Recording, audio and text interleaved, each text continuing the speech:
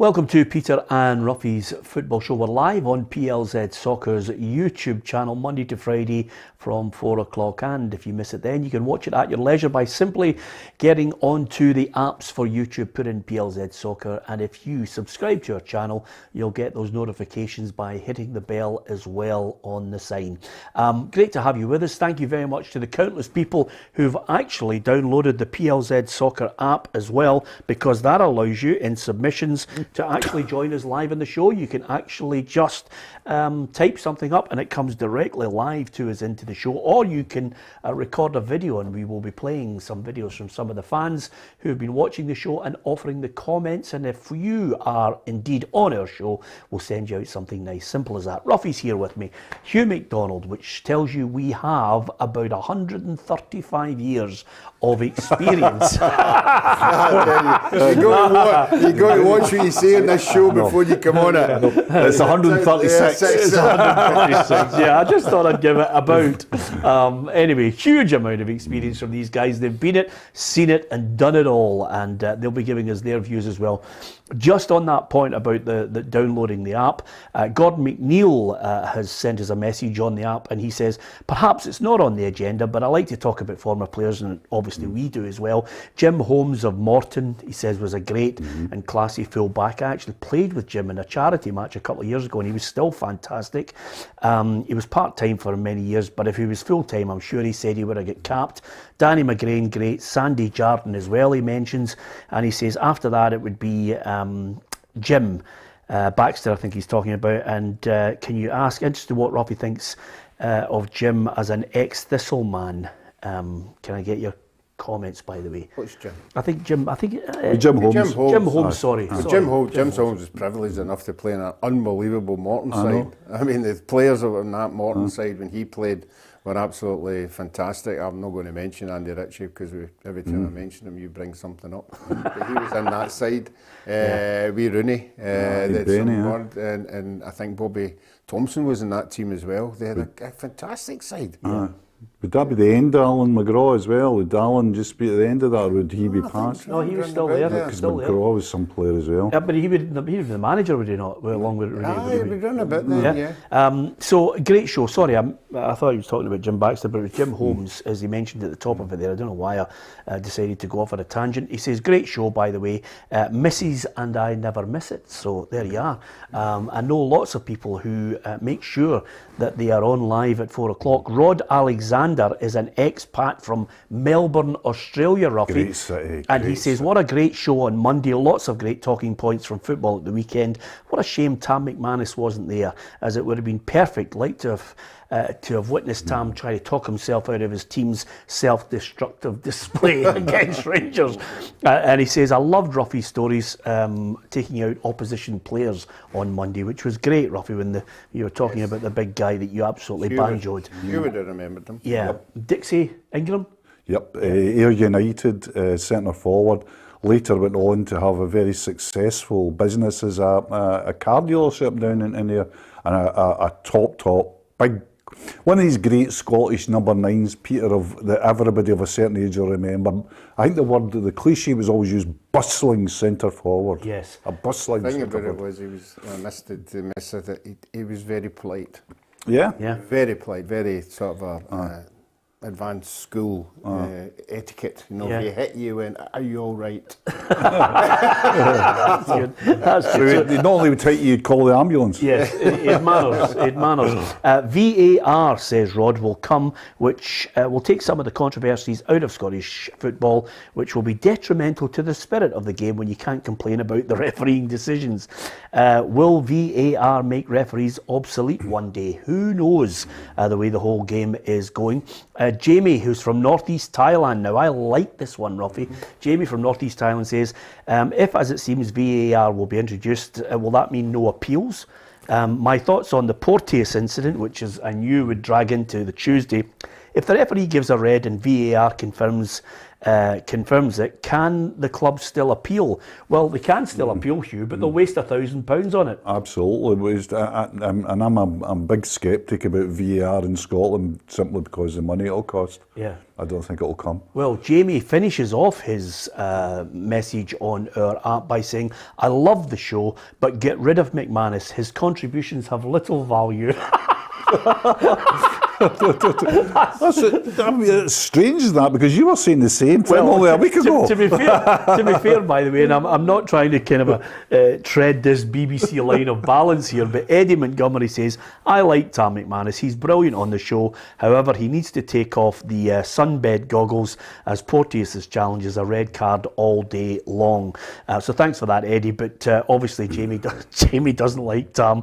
And BW Golf says, despite Tam Cowan saying that no one would get up at 1 o'clock in the morning to watch this show. Do you remember? Yes, I did that. Aye. So BW says, plenty of Aussies do.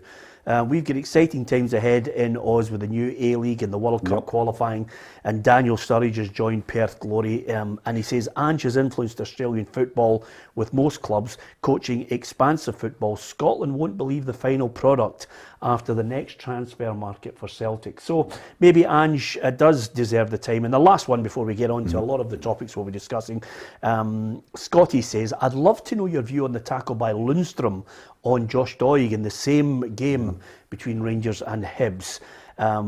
Porteous was sent off and he was widely castigated.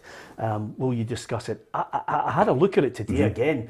Lundstrom was lucky. He didn't get a red. Absolutely lucky. And people will say, but he got the ball. The ball's got nothing to do with it. It's just reckless and endangering.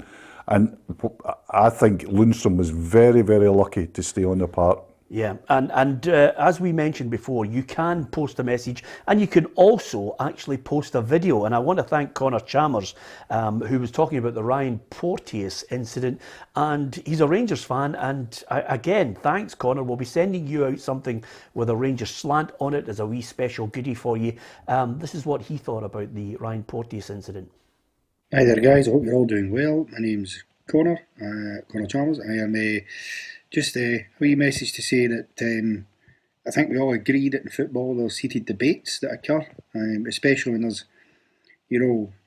big decisions in football matches, as there was at the weekend. I think we all have a responsibility as fans and pundits alike to make sure that, those debates at the very least stay respectful. And I think, Tam McManus, I've got to say, mate, I think you're wrong on the Ryan Porteous red card. I think it is a red.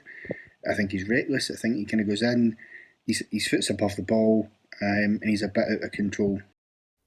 Well, I want to say right now, I thought Connor is a fair indication of the, what I would say, 99%, Hugh, of the people that watch our show, informed, articulate the way he put it across there, just saying, this is my take on it, rather than, the small minority of, wild suggestions that come in, conspiracy theories. But I think Connor puts across the point well. Yeah, the whole problem, the whole programme is about points of view, and if they're put across the way Connor does, you take them on board, and we're never all going to agree on everything. But that's what makes football interesting. That's why we sit down and discuss it.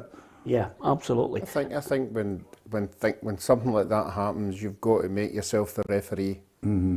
You've got to put yourself in the referee's position. You've got to make a decision. You've got to make a decision now. You're now making a decision in 15 seconds or 20 seconds or whatever. You've got to look at that. You're not getting another chance to see it. What's your decision? And I think the way it all happened, if I was a referee, I'd be red card. I would be interested to know that if there is a 5 or a 10 seconds, whether the linesman who are mic'd up, if he can maybe say, I agree with you, what you're doing, just to give him a wee bit of sort of... The interesting thing was the assistant referee, I'm like you, I keep calling him linesman, the assistant referee didn't flag for it. Now, did he not flag because he was busy talking? But I agree. I think one thing about Nick Walsh as a referee is decisive. He's a decisive young referee. I think that there's an element in Scotland where we're more see with that hard tackling and all that, or getting stuck in and that, we're probably more lenient about it. Yeah. But I think anywhere I watch a lot of European football, and I think referees would be pretty quick to say that was a red card. Yeah, just out of curiosity, Willie Laidlaw says, will the SPFL sanction Lundstrom for that tackle that wasn't sanctioned at the time? I wonder if there'll be some kind of a retrospective The compliance officer thing. Who knows? Who knows in Scottish Wait football? and see. Also, Scott Simon Armstrong. I wonder who lovely. he supports. That's a great name, isn't it? I love families who name their kids and throw in the names of the legends that they love from years gone by. That's magnificent. isn't it? Scotland Simon, as he was. Yes. My best one was Diego Maradona, when the woman went to see him in the hospital and brought the baby along, and she called it Diego. Yeah, is this when she was? Some people when he denied it. He denied it and went, "Would you like to see Diego?" Oh.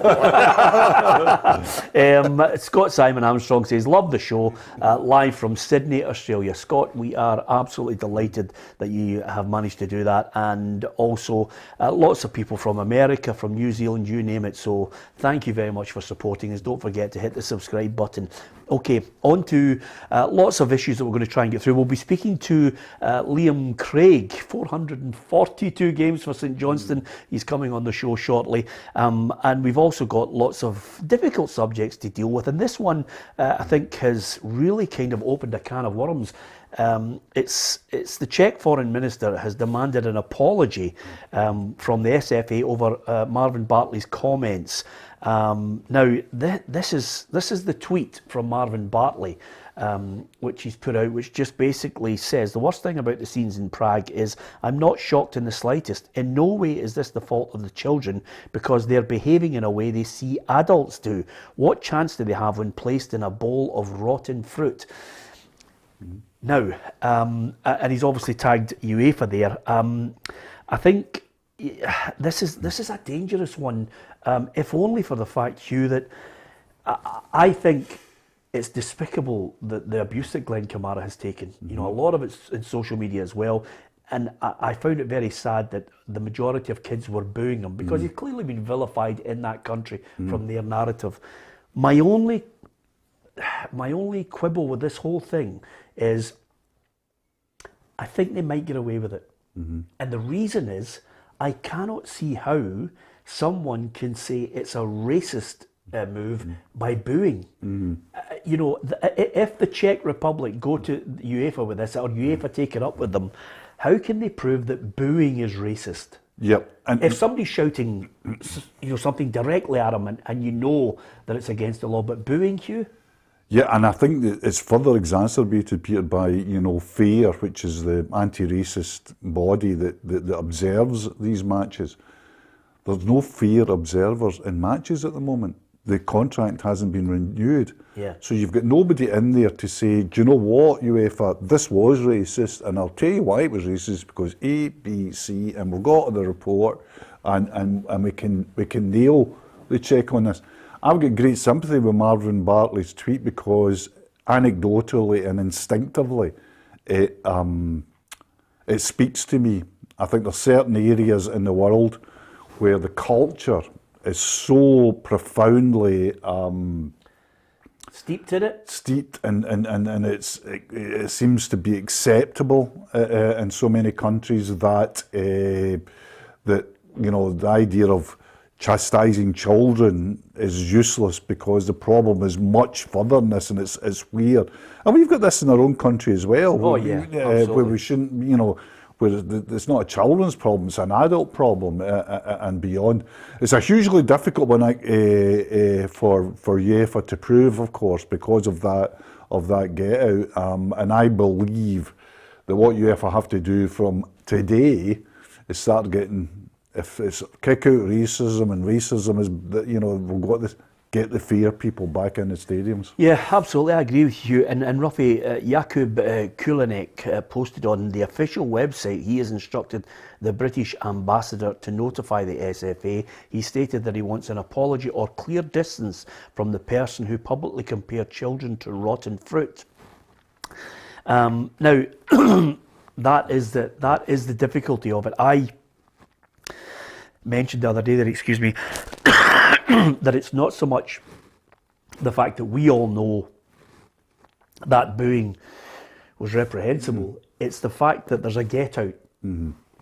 Yeah, as a get out.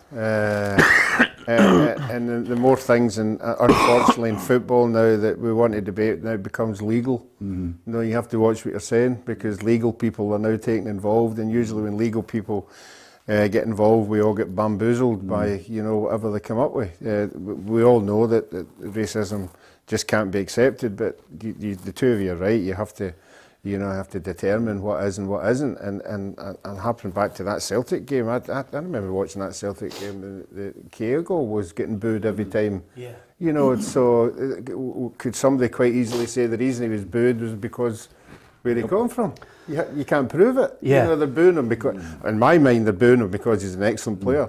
And he's a fantastic player, and he was destroying Aberdeen. So that's the problem you've got. A decent lawyer or anybody would get up and would have to defend that or debate it. So, and that's where we're now in a minefield of everybody throwing out their own opinion, and you have to agree or disagree. And again, it's a sad state of affairs. You know, we mentioned we were talking about footballers, but there are issues, serious issues, that we obviously have to discuss. Dundee United now have evidence of alleged racism that they've handed over to the SFA and the SPFL over Yando Fuchs. And again, this is a situation where you can go one day and talk about it because of the facts that you have available. Exactly. By the time you get 24 hours on, suddenly they now have evidence that they're passing over of racist abuse aimed at them. And I think it's a sad state of affairs that people actually think it's acceptable to go to a match. And I don't know about you, Hugh, but I mean, I'm not not unique. And I don't think you are, or you, Hugh. When you went to a football match in the 60s or the 70s and 80s, I didn't ever look at a player and think, how am I going? Can I annoy him or pick on him and highlight his race or his religion or anything? I don't get that. There's a lot of people who go to matches to watch football. Yeah, but there's obviously the vocal minority who don't. Yeah. That's a problem. That's always been the problem. I think you know, in the 60s and 70s there was a lot of racist chanting and songs. You know, you know, directed. They were sort of like directed, not some maybe individuals, but races as a whole, and you know. But there were players that were targeted because of race. I mean, you know, we go back to, you know, we can remember the scenes with Mark Walters at Rangers. We remember the scenes of Paul Wilson at Celtic, the late great Paul Wilson. So that there has been elements of it. I would always have thought that as a human race, we progress in some way. Surely that should be the way we should be doing. We should be going forward, and I think that there is no place for it now. There is no place for it ever, but certainly now, and I think generally, I think the mass of football supporters would agree with that and would conform to that. I think the mass of football supporters, if they go to a game and they want to boo somebody, they boo somebody that's a good player or somebody that's a pain in the neck every time they play him, and they pick that person out and they give him abuse every time he gets the ball. That's the way it should be, you know, and that's, I wish we could get back to that, you know, whether, you know, it's a player who comes and he noises up the fans and then he wouldn't mind getting booed, you know, because some of them thrive on it. Well, that pantomime atmosphere, for want of a better word, it, you know, does sustain football in many ways.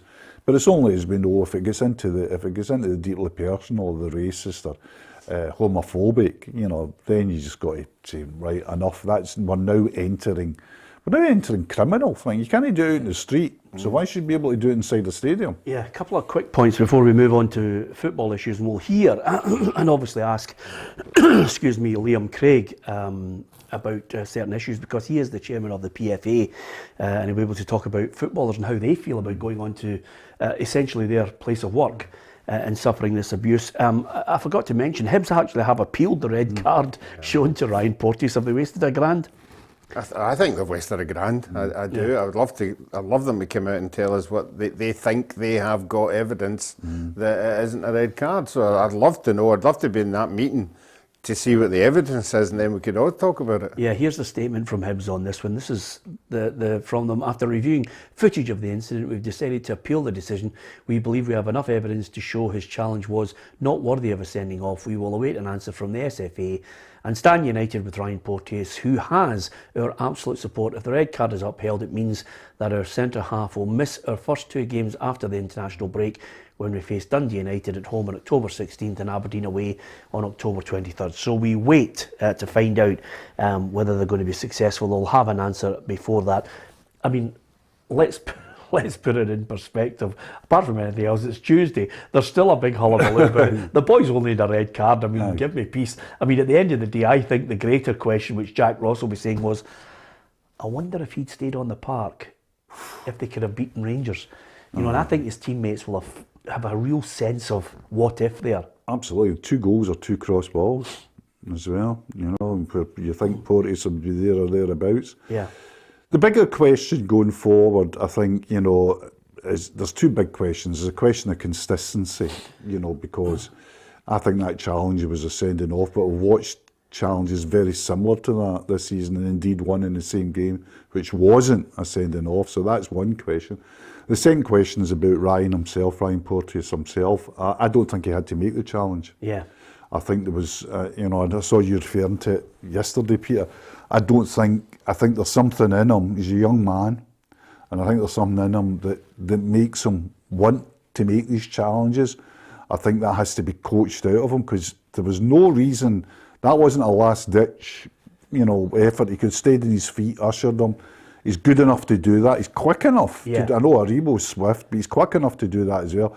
And there's on his CV, there's 3 or 4 of those challenges that shouldn't be on his CV. Yeah. Simple as that. I think in hindsight, he's possibly got away with one.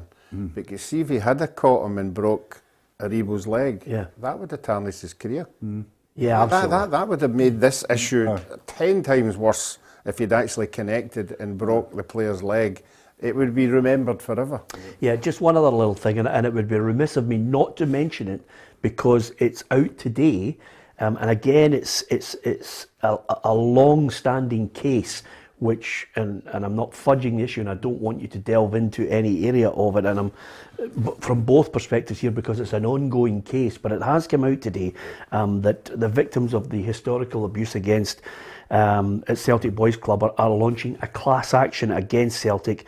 Now, this is a unique case, one of the first in Scotland, and I think, you know, depending on which way it lands and if they're successful in it, it will open up a case for many, many other people that we have tremendous sympathy with, you who have been the victims of abuse when they merely wanted to go and play football as young boys.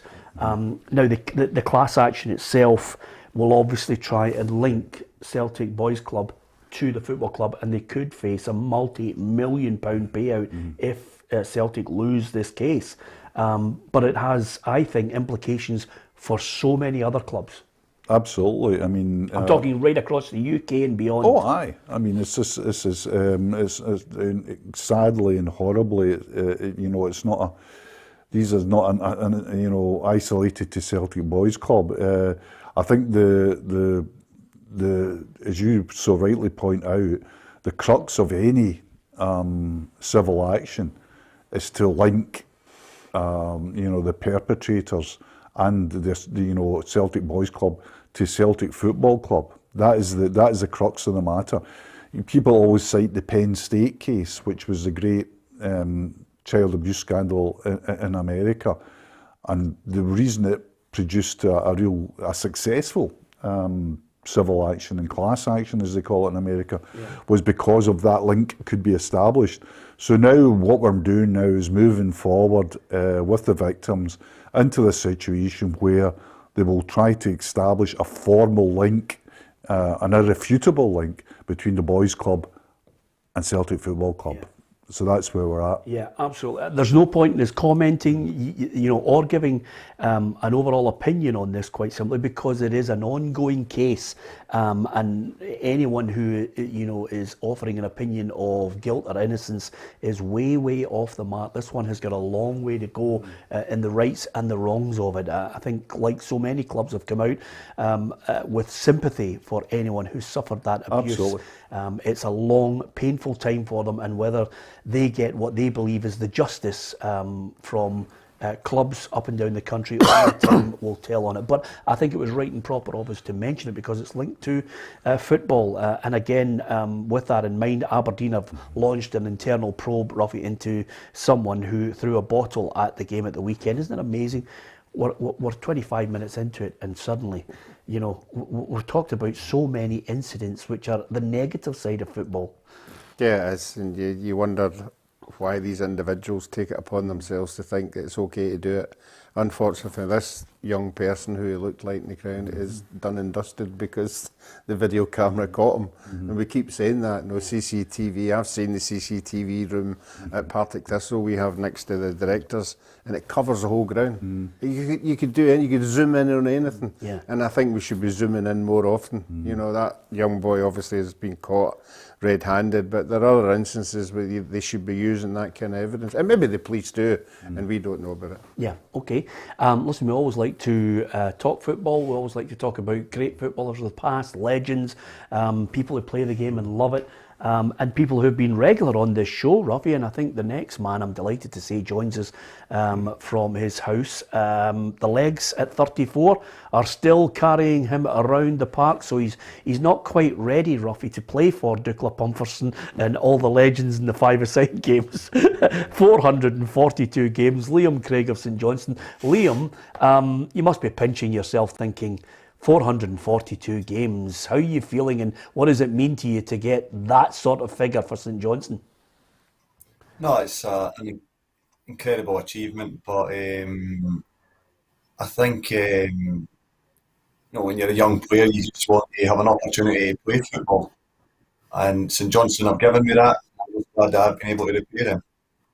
Yeah, I was a wee bit worried, Liam, because every time you played for a club and you left them, they ended up winning the Scottish Cup. I was getting worried for you, but thank God you got a double in. You got a double in your hip pocket. I mean, what a season for you to cap it all off last season.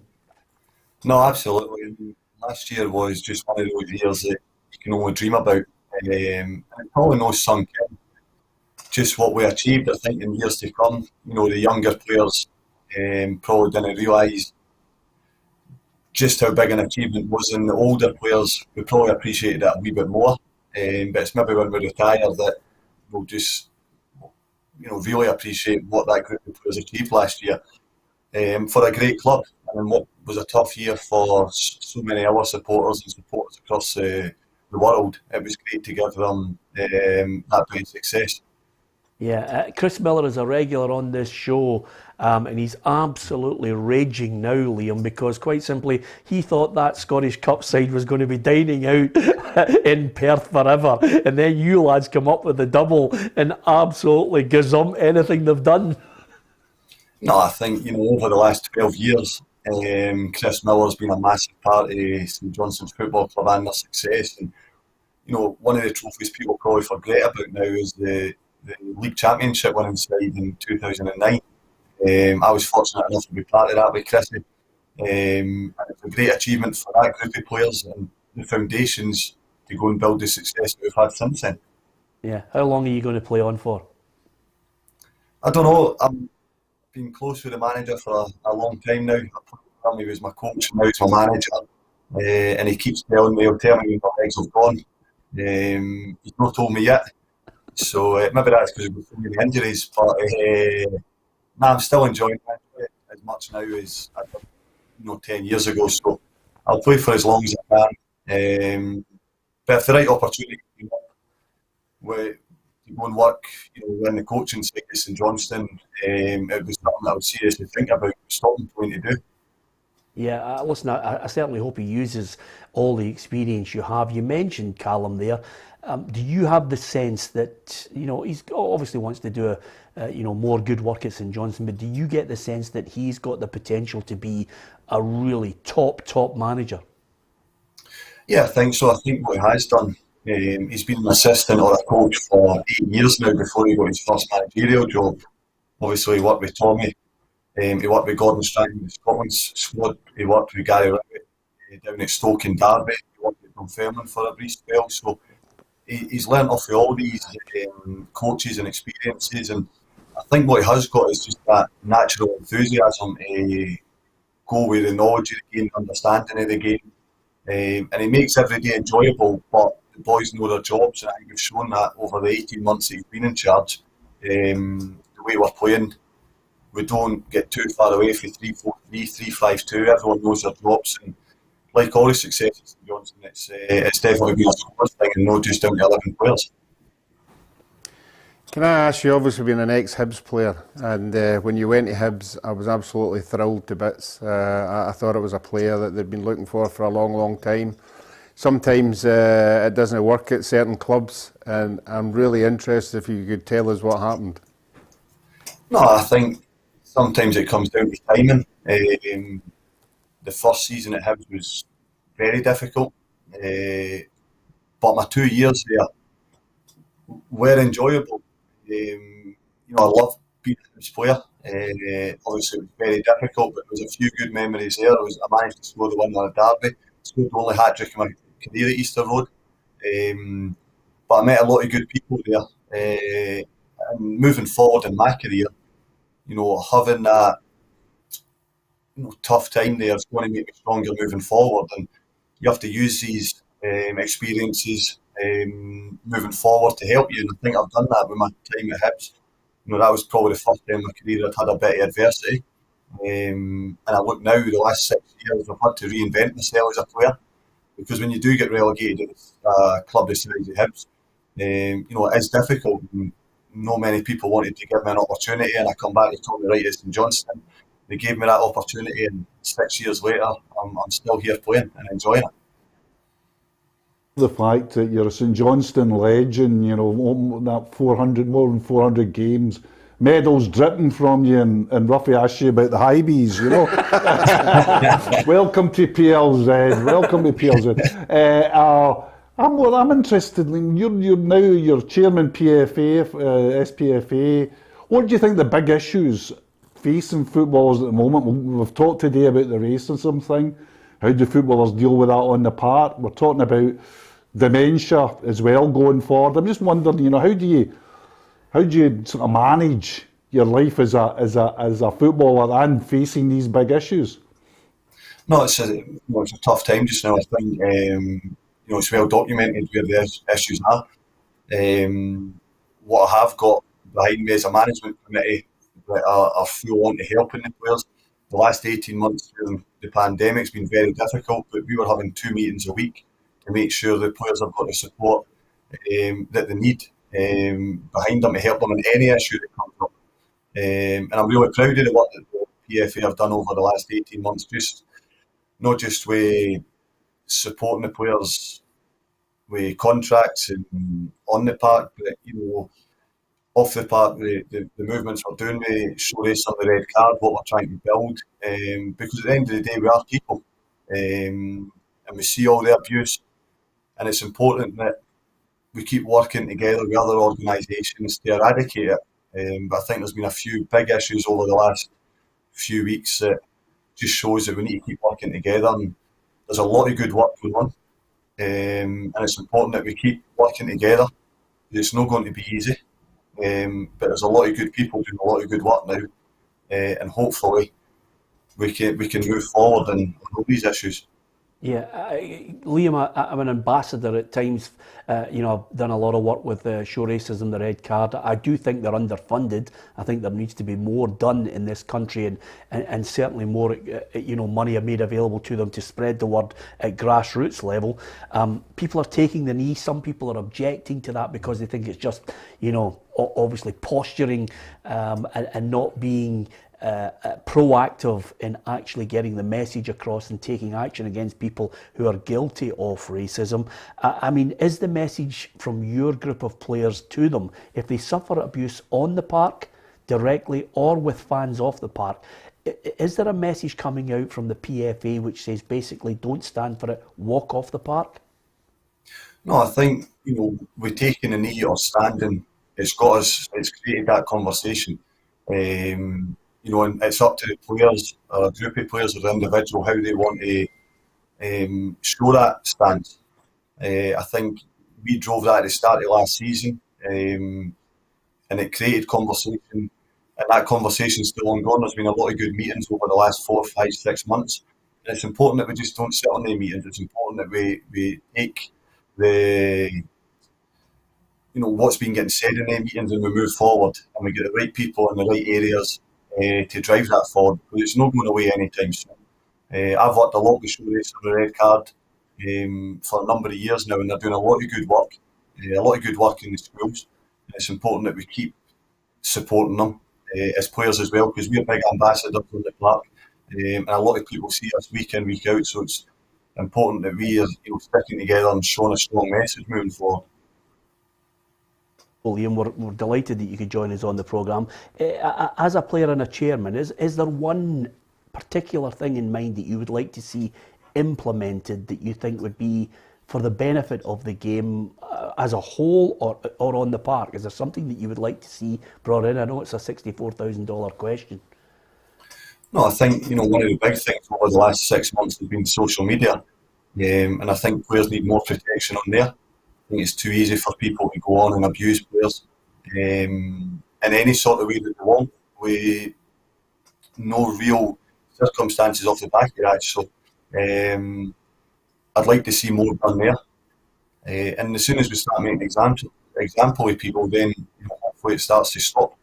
As I say, there's a lot of people doing a lot of good work, but it's important that we keep working together to move forward, because used in the right way, social media is a great tool, but far too many times now, it's just there's too much abuse on there, and everyone sees it. Players see it, young people see it, and I just think for the young people that see that as well, it might stop wanting them to become a footballer or become someone in the public eye because of the abuse that they could receive.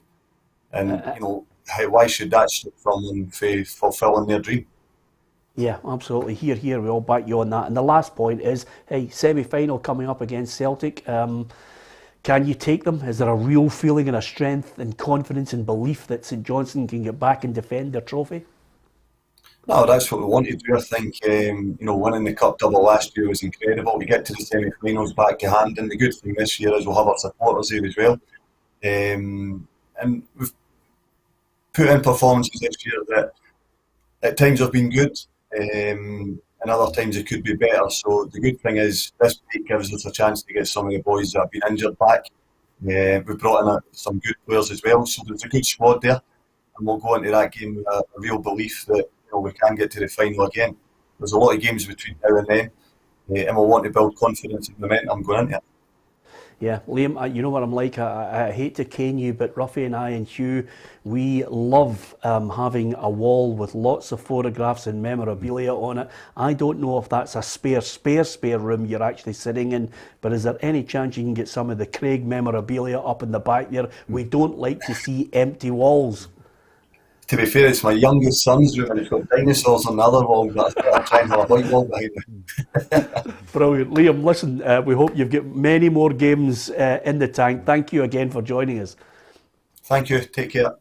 Top man, Liam Craig, absolutely magnificent. 442 games, and of course I couldn't think of a better representative for the PFA. He speaks so well, and he's managed to carry the torch from John Rankin on well. Yeah, very strongly as well, very well respected, both as a player and a personality, and a very important job, because there's so much facing footballers at the moment.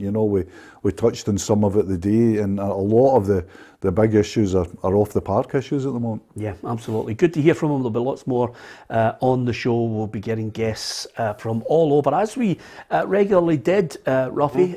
We managed to we managed to get through a case before I had before I had a complete and utter meltdown in COVID. But we had so many guests on.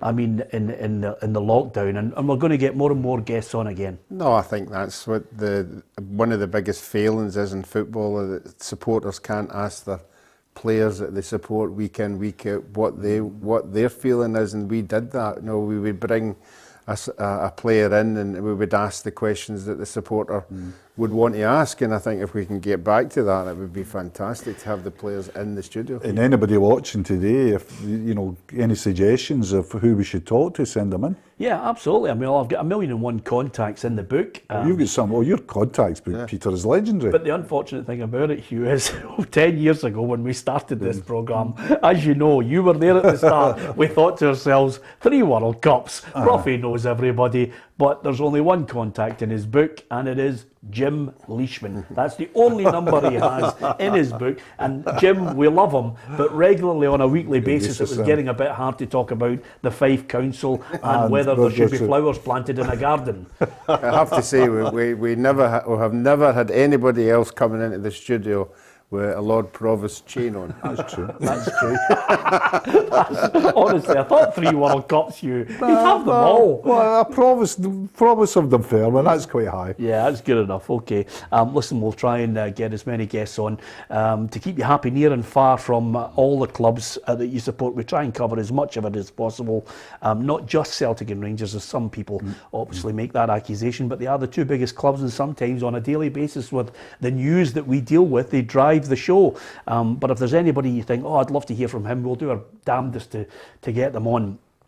And incidentally, with that in mind, 50 years ago, Ruffy was part of the 1971 League Cup final where Partick Thistle defeated Celtic by 4-1, and Ruffy and Alec Ray, the Partick Thistle captain, actually came into the studio and just basically look back over that great game, their memories. It was an absolute blast, Ruffy, wasn't it? It was. I mean, obviously, it's a long, long time ago. Some of us have better memories than others, and it was great to hear all the different players, what their what memories brought to them, because everybody was different. And Alex certainly was, but the majority of it was revolved around his mum. Yeah. And it just so happens after we did that interview, I walked along the corridor at Partick Thistle, and his mum's in most of the photos in the bus. She's everywhere. Yeah, absolutely. She was a great left half, to be fair to her. But nevertheless, on the Friday, which is the 22nd of October, we'll put out the tribute to that Partick Thistle side 50 years ago. Listen, up to the modern day, Dundee, the bottom of the table. Well, we're wondering, could it be, Hugh, that maybe the players are not happy that the bonuses haven't been settled? Could players who don't get their bonuses settled, and I cast your mind back to 1978's World Cup debacle, could it be that the Dundee players are maybe not giving their all? I think I think all footballers who walk onto the park, I think it's very rare that a footballer doesn't give their all. I really do. I think footballers have hardwired to try. There are exceptions. Yeah. But in any walk of life, if you're not happy at your place of work, there must be a repercussion from it. I had little worry about Dundee because I'd watched them live twice, Peter, and I thought both times I watched them, I thought we were very unlucky. But I thought that was a bad, that was a worrying result against St Johnstone, a worrying performance. There, I thought that was one that would set the clacks on going. They've got an international break to settle down and go again. But I would be loath to point the finger, at players. I can tell one story of bonus, which I don't think will get anybody into any trouble. Scotland, the bold Jock Stein came into a meeting one day and said to the whole pool, and the big players were all down the front, Kenny and Graham, and I think Willie Miller was on the committee, and I was up the back with Maurice Johnson. We were just sitting listening to everything that was happening. Jock came in and he said, this was a qualifying rounds, and Jock came in and said, I've just been approached by a big tea company, Melrose Tea it was, and they want to put a lot of money into your player pool. And I'm just throwing it out there if you are interested, and I have to say that there will be £500 immediate payment on top of the money they're putting in. Each player. Yeah. So obviously me and Morris are up the back going, yippee! But the big players down the front, quite rightly, said, I think we should wait till we qualify. It doesn't seem to be right that we're taking money off companies, and if we qualify, we might get a bigger company. And at that moment, Kenny Dalglish stuck his hand up and said, take your 500 back, we don't want it. And I'm sitting at the back going, oh, Kenny, you having a laugh? And at that moment, Jock Stein, the immortal Jock Stein, said, are these the only people at the front who are talking for the whole of you? Has nobody else got anything to say? And Morris Johnson stuck his hand up and he said, I think we should agree with all the experienced players. And Jock Stein says to him, how many World Cups have you been to, Morris? None, Mr. Steed. He says, well, just put your hand down and we'll move on. Yeah, I wonder if he said it as eloquently as he put it across there, Ruffy, to be honest with you. Peter, can you ask Ruffy, says Michael, if Dave McParlin ever mentioned the game he played against the great Duncan Edwards? I was there. Oh, no, never. But I believe, and obviously we're talking about people playing so many games, Dave McParlin's contribution to Thistle. He was there like me as a young boy, so he came through the Jackie Husbands and the Marball McKennas, and I would agree that he would play against the likes of Edwards. I wonder if that was an under... Edwards apparently played one game in Scotland, and I think it was an under-23 game at Shawfield. I may be wrong, some of the viewers might correct me, and what happened in that game was Edwards was looked upon... For those who don't know, he died in a Munich air crash as a very, very young man, and people say that if he'd lived, he would not only have been in England World Cup team, but probably captained the England World Cup team in '66, and would have been one of the greatest players of all time. Bobby Charlton, for example, has said he never played with a better player. But apparently in this game against Scotland, he was playing in midfield, and Scotland were winning. And they immediately shoved him up front and he scored a hat-trick. So I don't know if that is myth or legend, but there's a great certainly homage to Duncan Edwards. And when you think of way back there, you don't realise, we always talk about players moving to a big club like Rangers and Celtic and going to Hearts or going to whatever. And there was a Davy McParlin story, as we were all talking about the weekend, that Davy used to get in the wing and a great crosser of the ball. And the centre forward we had at that time was fantastic. He lived on it. Would you remember who the centre forward we had that used to play? I'll narrow it down to Celtic. He was a Celtic centre forward, and I never knew he played for Partick Thistle. Right. A Celtic centre forward, and you never knew he played for Partick Thistle. And did he play in the Celtic team? Yes, well. Yeah, in the 60s. Yeah, it must have been round about then. Yeah. Yeah. And he must have left Celtic and came to us. All right, from the 60s. I would say if Dave McParlin was there, it'd be around about the 60s. Yeah. Yeah. Right. No goodness. No, I'll have a think about that. Just give us the name. Joe McBride. I was going to say Joe McBride there, but I thought he went to Hibs. Joe McBride did play for Thistle, but yeah, that's good. But it'd be well before. It'd be the early 60s. Yeah. Okay, good shout, Ruffy. And again, R Junior says Tam just needs to take off the Hibs tinted glasses. If it was the other way around, it would have been a definite red card. Listen, the other thing about it, Hugh, is we've absolutely hammered McManus because suddenly he's not feeling well. You know, at the time when everybody is on his case, they are battering him on social media, and we've been balanced about it. We've called him spineless and yellow. Well, the great thing I love about Tam is Tam just tells it like it is. I mean, he just says, this is my opinion, and here it is. That's all you can ask. I mean, if it's a genuine opinion given, fine. Yeah. But I've got no problems with that. Absolutely. Okay. I'll tell you a couple of quick things, and then we'll go on to one little great debate, which I think you will love, Hugh.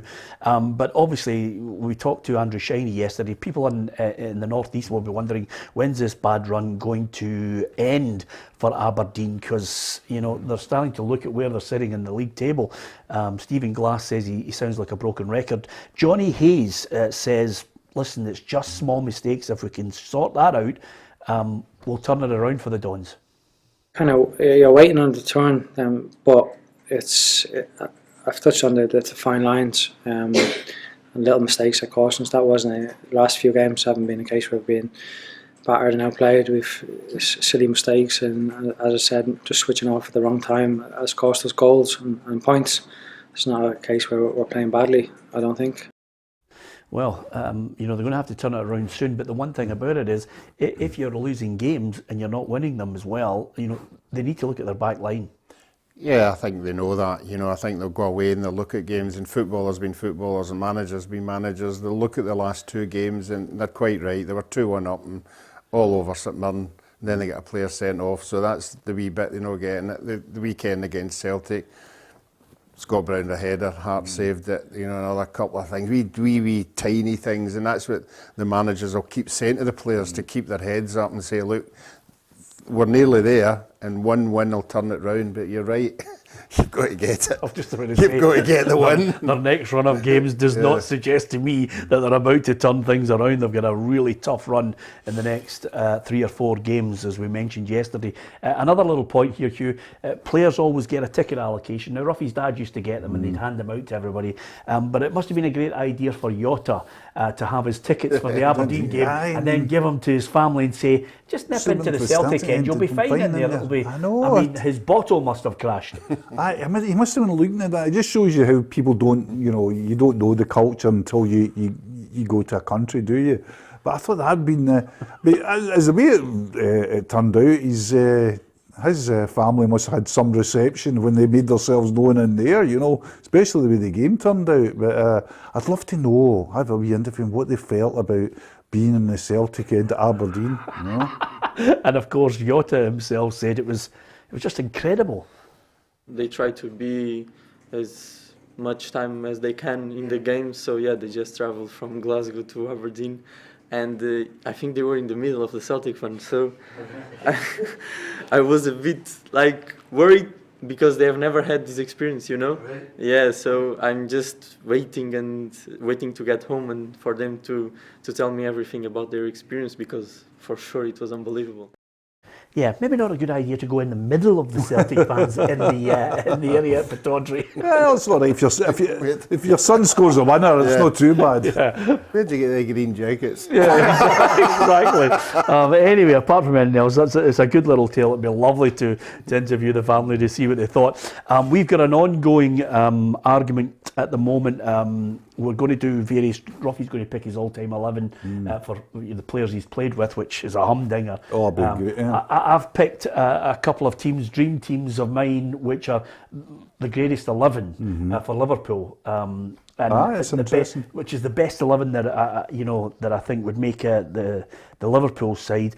I've got a fair bit of flack in the office for it, because Mo Salah is a man who's received great praise. The plaudits coming his way after that goal against Manchester City is absolutely incredible. Here's the stats for Mo Salah, which is unbelievable. 29, 212 games, 134 goals. He's got 50 assists. There's his average per game, 0.87. 4 trophies. But I haven't got him in my greatest 11 at this moment, Hugh. Am I just showing my age by saying I've got Keegan in there ahead of him?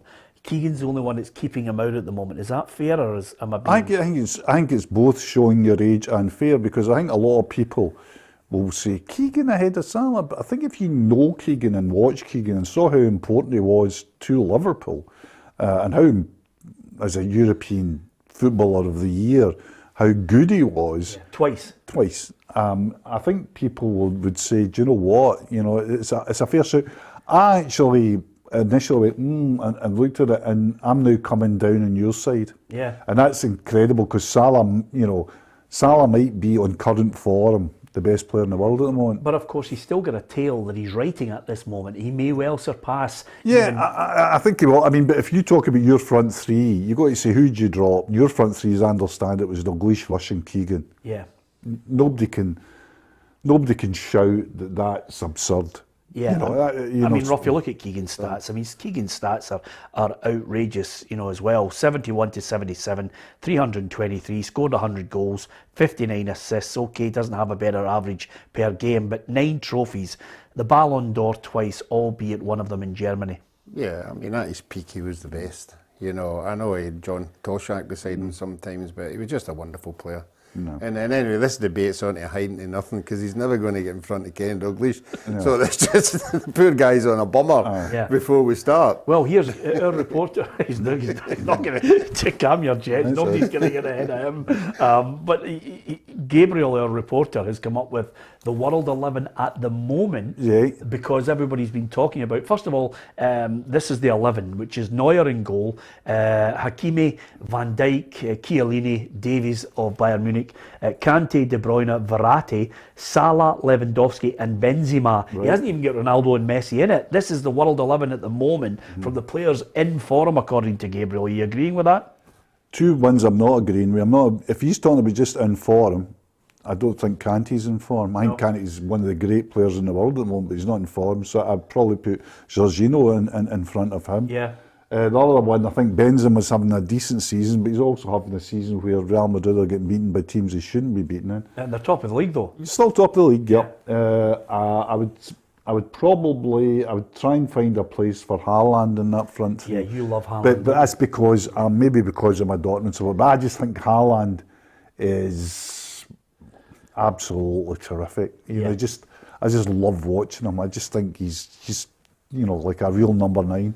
Yeah, absolutely. And just before I get to Ruffy on this, have you ever witnessed a weekend where Real Madrid, Barcelona, Paris Saint-Germain and Bayern Munich lost? I know, it's a sensational weekend for that, and that's what I was referring to, and Benzema. I think the funny thing is like, Dortmund, I watched the Munich game and they're a bit unlucky. And I think they'll still win the Bundesliga, but that Paris Saint-Germain thing is a very interesting thing, isn't it? That whole mixture, that whole kind of ingredients and that, how to manage that.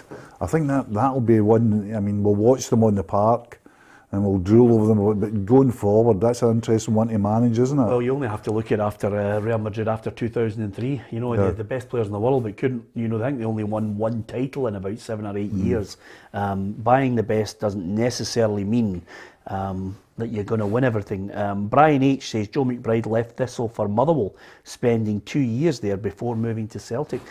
So Brian, thank you for that. That's a great bit of knowledge there on our feed. It's always good to get that knowledge. Yeah, it's brilliant, and it's great because we're of an age, we like to go back, and when somebody gives us something that we forget, you go, wow. And he lived in the same street, Joe McBride lived in the same street as who? When he was growing up? He lived in the same street as a big player? Yeah, and an even bigger manager, a huge manager, but a big player, a decent player, yeah. Yeah. But a huge manager. Jockstein? No. Getting warm. Alec Ferguson.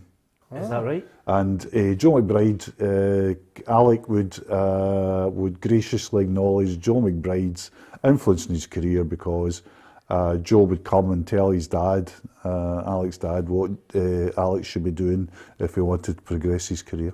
Brilliant. There you are. Good to hear that. Listen, we've had topics old and new. We've had Liam Craig on. It's flown in this show today. It's been an interesting one, Robbie, hasn't it? And I'm glad the way you've turned it around, because I love listening to all the comments. I miss it. You like that, I miss don't you? it because we used to have it on the screen where we could yeah. see it, but it's great that they're all taking part. Well, I have to be honest with you. I will put a screen up, Ruffy, where you can see some of the comments, but can I just enlighten you of the fact that while the comments come in at 150 miles an hour, and I try to read some of them, I do actually edit visually as quick as I can. If anything I've experienced from the old Radio Clyde days is you have to sift through the nutcases to get to the real football fans who actually love talking about football, Ruffy. I'm saving you from the madness. The whole thing, see, once you get into these wee rabbit holes, like we could do a programme about Joe McBride. I mean, you could do a programme alone about Joe McBride, how he scored. In the Lisbon season, Peter, he scored, I think, 30 goals before Christmas. Yeah. Broke his leg, so he's the lost Lisbon Lion, He played for clubs throughout Scotland. His son was a great player. He's influencing Alec Ferguson. God bless Joe. I mean, he's now away, but just another one of these great names in Scottish football. Quickly, another Celtic striker who had at Partick Thistle, and I was there when he walked through the door. Dixie Deans. Yeah, Dixie was there as well. Yeah. Was he? And there was another one. There's another Celtic striker. Yeah, walked through the door, and everybody couldn't believe it when he walked through the door. Yeah. And what year? Well, that would be about 70, 77. Stevie Chalmers. Stevie Chalmers. There you go. Stevie Chalmers. It's all about the knowledge. Anyway, apart from anything else, Kevin McManus says, correct, Peter. I've blocked most of the nutcases and I keep doing it. Kevin, so do we, but there are 95 to as high as maybe 99% of the people who watch your show are thoroughly decent people. It's just the odd ones that we have to just eradicate, try and ban them, but we do our absolute best. Listen, the whole country wants to try and not give these people a voice. We try and be as positive as we can about football. We address as many things as we possibly can within the legalities of certain things which are still ongoing as court cases. But we like to talk about football, great players of the past, and we hope you do enjoy our content. If you do, don't forget to hit the subscribe button, share it with your mates, tell them where we are, because we're exclusively live at 4 o'clock Monday to Friday on YouTube, and you can watch it at your leisure if you miss it. And if you're in a foreign country, lots of people tell us that they watch it at strange times in the morning, even 1 o'clock in the morning in Australia, brilliant. Tam Cowan. And if you do get a chance, just before we go, download the PLZ Soccer app. You can actually post a message, and if we're live on here, we'll read as many of them out as we possibly can. But you also on this site can get all the latest breaking news of football across the globe, and you can watch the programme on your phone. Simple as that. Subscribe to our channel. Thanks to Hugh, thanks to Ruffy, and from myself, Peter Martin, thanks to you for watching.